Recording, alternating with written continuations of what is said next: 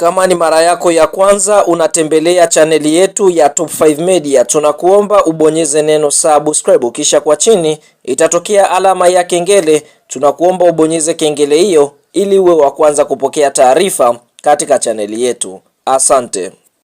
Mchezo mkubwa wa ligi kuu soka Tanzania bara almaarufu kama NBC Premium League, mchezo wa mzunguko wa 28 zikiwa zimesalia mechi mbili kuweza kutamatika kwa ligi kuu ya NBC ambayo tumetoka kutazama kutokea katika uwanja wa Jamhuri uliopo mkoani Morogoro. Ni mtanange ambao umeweza kuikutanisha klabu ya soka ya Mtibwa Sugar wakiwa nyumbani Morogoro dhidi ya kikosi cha timu ya soka ya Simba Sports Club, ambapo mchezo huu umeweza kutamatika mara baada ya wekundu wa Msimbazi ama klabu ya soka ya Simba kuweza kuondoka na ushindi katika mchezo dhidi ya Mtibwa Sugar. Fahamu mchezo huu ulikuwa ni wa kuvutia sana, hususan katika kipindi cha kwanza, kipindi cha pili mpaka dakika 90 zinatamatika. Basi kwa upande mwingine Simba na Mtibwa wameweza kutupa moja ya mechi bora kabisa kwa kutokea katika ligi kuu ya NBC. Fahamu katika kipindi cha kwanza klabu ya soka ya Simba walikuwa aggressive, yani walikuwa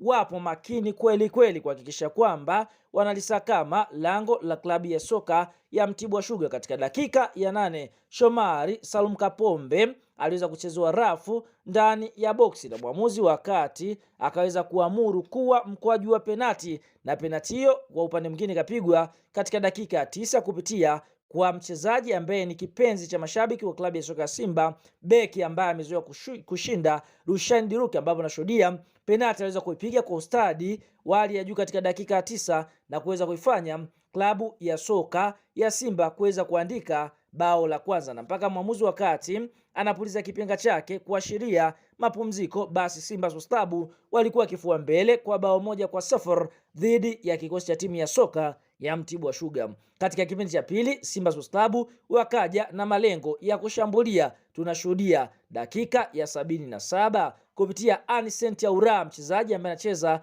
katika eneo la winga namba 11, aliweza kupiga penetration pass ama pasi ya mpenyezo, na pasi hiyo moja kwa moja ikafika kwa Selemani Mwalimu Gomes, na kwa upande mwingine dakika 77 Selemani Mwalimu akaweza kuiandikia klabu ya soka ya Simba bao la pili, na moja kwa moja bao hilo kaifanya klabu ya soka ya Simba kuweza kufikisha alama 67, kwa sababu kiangalia kunako msimamo wa ligi kuu ya NBC anayeongoza ligi ni Young Africans ama Yanga, ambao wamecheza michezo 28 wakishinda michezo 21, sare michezo 6 na kupoteza mchezo mmoja. Young Africans wana pointi 69 katika nafasi ya kwanza, lakini Simba ambaye ametoka kuifunga Mtibwa yupo nafasi ya pili akiwa amecheza michezo 28, ameshinda michezo 20, sare michezo 7 na kupoteza mchezo mmoja. Simba ana alama 67 katika nafasi ya pili ya msimamo wa ligi kuu ya NBC. Kwa hiyo tofauti ya alama kati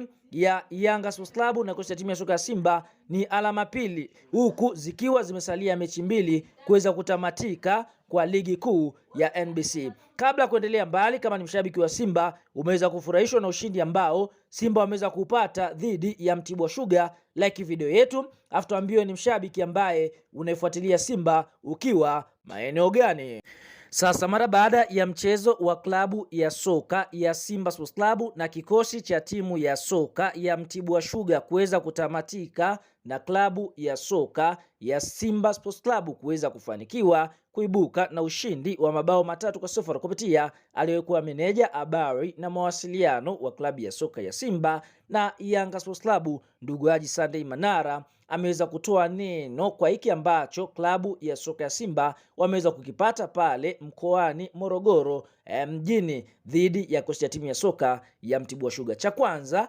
anaandika hivi, Manara ameweza kusema hivi: